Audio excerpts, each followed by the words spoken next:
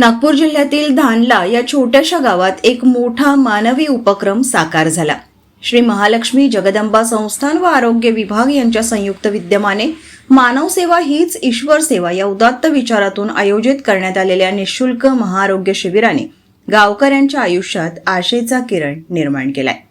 ग्रामीण भागातील शेतमजूर, कष्टकरी, शेतकरी, रोजंदारीवर जगणारे अनेक नागरिक यांच्यासाठी आरोग्य सुविधा मिळवणे ही आजही एक मोठी समस्या आहे। अशा वेळी त्यांच्या दारातच आलेल्या या आरोग्य शिबिराने जणू त्यांना आधाराची नवी वाट दाखवली आहे। अनेकांनी प्रथमच सविस्तर आरोग्य तपासणी करून घेतली, तर काहींना गंभीर आजारांचे निदान होऊन वेळेत उपचाराची दिशा मिळाली। राज्याचे महसूल मंत्री तथा नागपूर अमरावती जिल्ह्याचे पालकमंत्री चंद्रशेखर बावनकुळे यांच्या पुढाकारातून हा उपक्रम साकार झाला। त्यांच्या प्रयत्नांमुळे ग्रामीण भागातील सर्वसामान्य नागरिकांना मोफत व दर्जेदार आरोग्य सेवा मिळाली। ही बाब विशेष उल्लेखनीय ठरली।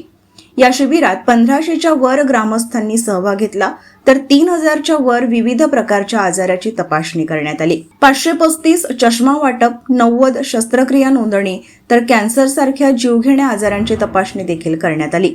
अनेकांच्या चेहऱ्यावर समाधान दिसून येत होते, कारण आर्थिक अडचणीमुळे जे तपासणीसाठी शहरात जाऊ शकत नव्हते त्यांना ही सेवा गावातच उपलब्ध झाली।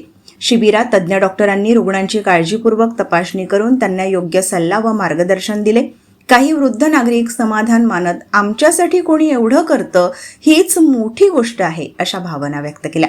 या प्रसंगी माजी आमदार टेकचंद सावरकर, धानला ग्रामपंचायतच्या सरपंच ज्योतिताई सावरकर, मौदा नगरपंचायतचे नगराध्यक्ष प्रसन्ना तिडके, भाजप तालुका मंडळ अध्यक्ष मुकेश अग्रवाल, नागपूर जिल्हा परिषदेच्या माजी अध्यक्षा निशाताई सावरकर, तसेच Naresh Modghare, Praveen Likhankar, doctor Saurabh Agrawal, doctor Rakesh Nandeshwar, doctor Ravi Shende यांच्यासह अन्य मान्यवर, तसेच शासकीय रुग्णालयाचे डॉक्टर्स, कर्मचारी, आशा वर्कर, अंगणवाडी सेविका यांच्यासह मान्यवर उपस्थित होते। त्यांच्या उपस्थितीमुळे कार्यक्रमाला अधिक बळ मिळाले।